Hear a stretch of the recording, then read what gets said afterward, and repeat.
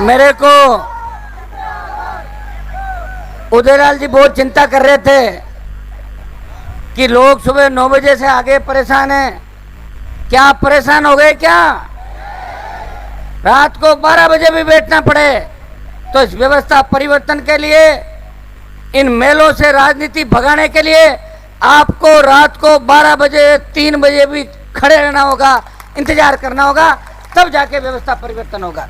भाइयों, आज की जो बल्लभनगर के अंदर एक चुनावी सभा है, मैंने कांग्रेस पार्टी की रैली भी देखी,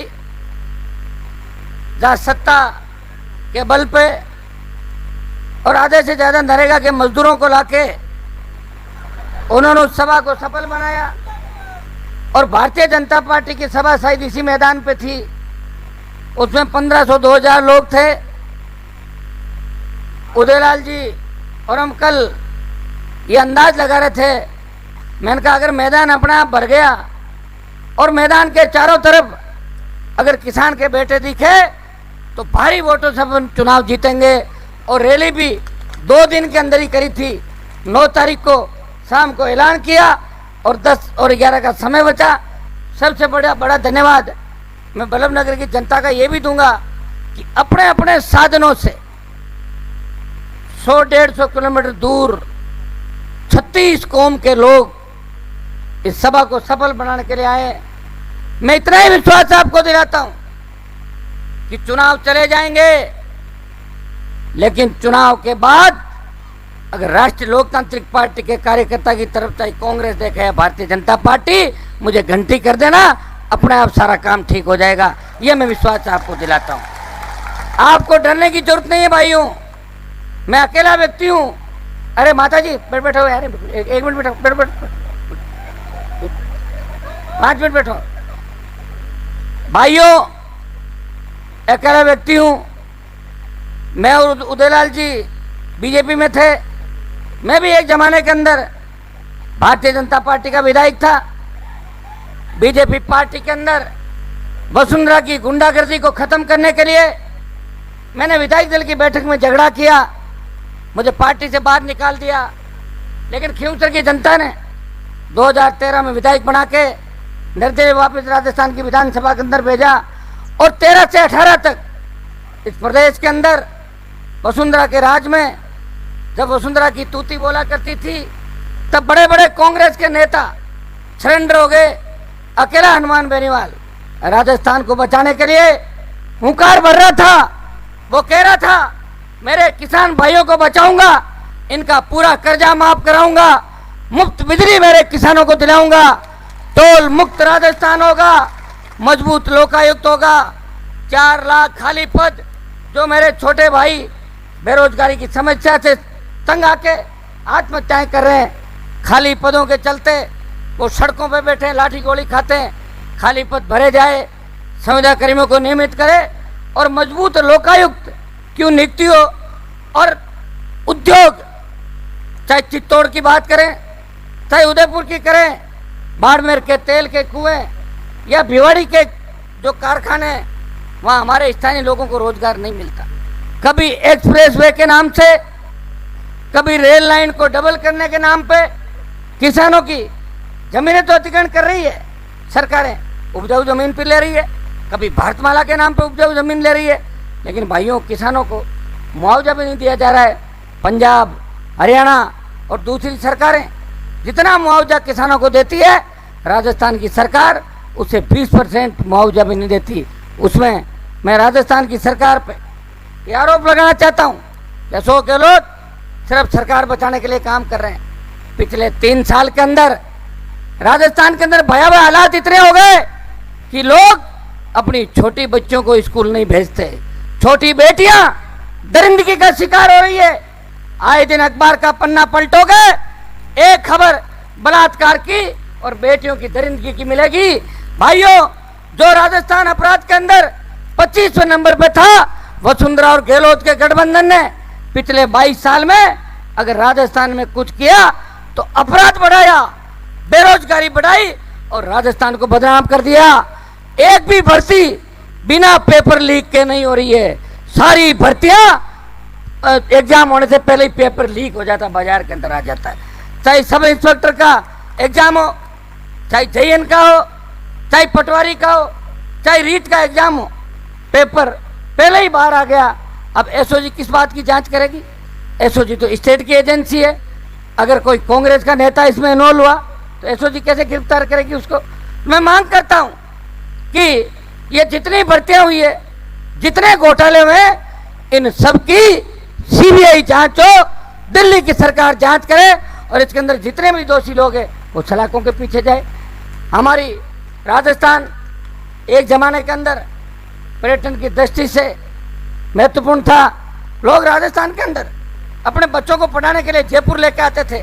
वो जमाना था जब मैं विश्वविद्यालय का अध्यक्ष था 1998 के अंदर। तब बाहर से लोग जयपुर में मकान लेके अपने बच्चों को पढ़ाने के लिए आते थे। उदयपुर में आते थे, अजमेर में आते थे कि राजस्थान शांत प्रदेश है। लेकिन भाइयों, पिछले 20 साल के अंदर जो अपराध राजस्थान के अंदर बढ़ा, जो गैंगवार की घटनाएं हुई और अपराधियों के फोटो जिस तरह कांग्रेस और भारतीय जनता पार्टी के नेताओं के साथ वायरल हुए, भाइयों प्रदेश के अंदर नारा लगा 8 PM नो सीएम, सूर्य अस्त, वसुंधरा मस्त। ये नारा भी प्रदेश के अंदर है। और ये वसुंधरा एक बार मस्त नहीं हुई, वसुंधरा को 2 बार मुख्यमंत्री आप लोगों ने बनाया। मैंने नहीं बनाया था मुख्यमंत्री, मैं तो उसके खिलाफ लड़ाई लड़ रहा था। मैं चाहे एक था तब भी लड़ रहा था, और 3 विधायक और 1 सांसद है तभी लड़ाई लड़ रहा हूं। बल्लभनगर के चुनाव के अंदर हमारी सबसे बड़ी जो पीड़ा है वो इस बात की पीड़ा है कि कांग्रेस और भारतीय जनता पार्टी को सिर्फ राजघराना ही नजर आ रहे, सिर्फ मेल ही दिख रहे। क्या किसान की झोंपड़ी नहीं दिखती? जिन लोगों के रावत समाज के 60,000 से ज्यादा वोट है, यहाँ पे ब्राह्मण समाज के 40 से 50,000 से ज्यादा वोट है, रावत समाज के भंवर जी के 80,000 है। चलो 85,000 बोल दिया मैंने, ठीक है। ठीक, मैं प्रत्येक ओबीसी के 1.5 लाख वोट हैं, जिसमें डांगी से लेकर तमाम जातियां आ जाती है। डांगी, जाट, गुजर, जनवा, धाकड़, गाडरी, लोहार और ओबीसी की कुछ जातियों का अगर मैं नाम नहीं ले पाया तो मैं खुद भी ओबीसी हूँ, इसलिए मेरा बुरा मत मानना आप लोग, है ना। हनुमान जी ने अगले उसमें ले लेंगे। लेकिन तमाम लोगों को उम्मीदवार भी बनाया। यह मैं पढ़ रहा था कि यहाँ सर्व समाज को हमेशा धोखा मिला। अगर गलती से बीजेपी का टिकट अगर किसी दूसरे को मेल के बाहर चला गया तो एक होके और उसको हरा देते थे। पहले इन्होंने पुष्पराज जैन समाज से उनको चुनाव हराया, फिर गणपत जी मेनारिया लड़े ब्राह्मण, उनको चुनाव हराया। पिछली बार उदयलाल जी डांगी 50,000 वोट पे थे। माता जी बैठ जाओ ना, एक मिनट सुनो, 1 मिनट बिठा दो यार। 50,000 वोट मिले इनको, लेकिन लास्ट मोमेंट पे ये सब गढ़ किलो वाले एक हो गए और एक होके और उदयलाल जी को चुनाव हरा दिया। अब की बार इनकी टिकट काट दी। पहले इनको 5 साल का क्या पंचायतों में प्रधान बनाओ। मैं धन्यवाद दूंगा देवीलाल जी प्रधान का, दोनों प्रधानों का, कि आप लोग भारतीय जनता पार्टी का दामन छोड़ के उदयलाल जी के साथ खड़े हो। मैं आपको विश्वास दिलाता हूं आप पे किसी तरह की आंच नहीं आएगी। आज के समय तो हनुमान जी की ताती बांधने से भूत प्रेत भाग जाते हैं। मैं तो खुद आपके बीच हूँ, आप निश्चिंत रहें, आप सही जगह पर आ गए, एकदम सेफ हो, किसी तरह की चिंता नहीं। दिल्ली तक मैं इन सबको, पूरी मंडल अध्यक्ष जितने भी आए, इन सबको भी धन्यवाद दूंगा कि इन सब ने उदयलाल जी का बुरे वक्त के अंदर साथ दिया था। उदयलाल जी, आपको चिंतित होने की आवश्यकता नहीं है, ये आपका प्यार था बीजेपी के प्रति। आपने वहां लड़ाई लड़ी, उस पार्टी को गांव गांव ढाणी ढाणी पहुंचाया, अनेकों संघर्ष करके इन राजघरानों के खिलाफ लड़ाई लड़के अपनी जान हथेली पे रख के बल्लभनगर के अंदर आपने भारतीय जनता पार्टी का परचम फहराया।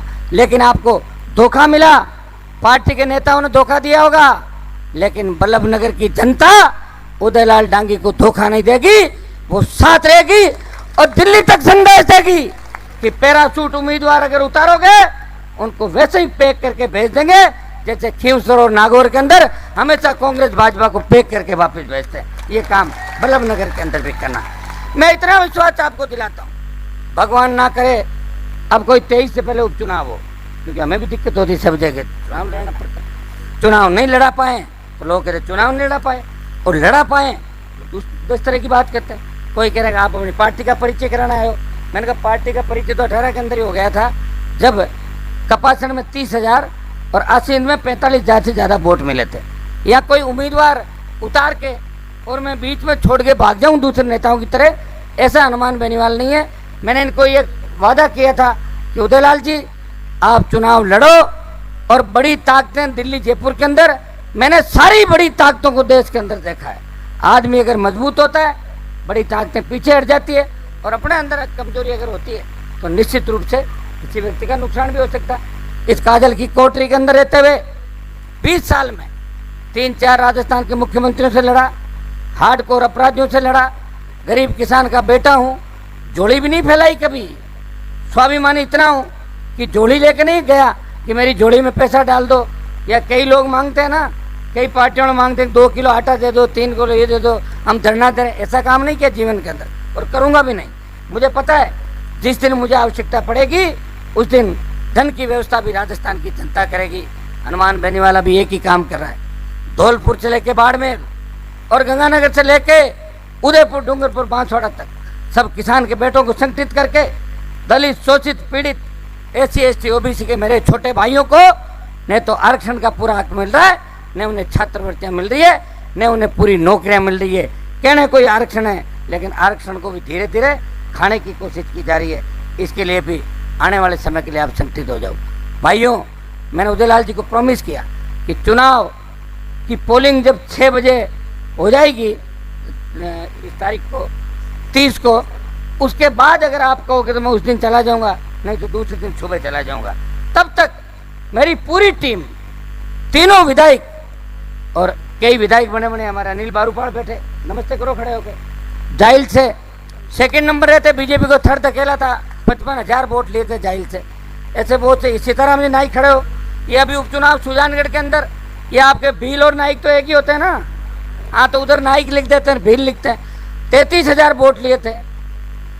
वसुंधरा इनसे काफी परेशान हो गई थी उस समय। भाइयों, यहाँ तमाम समाजों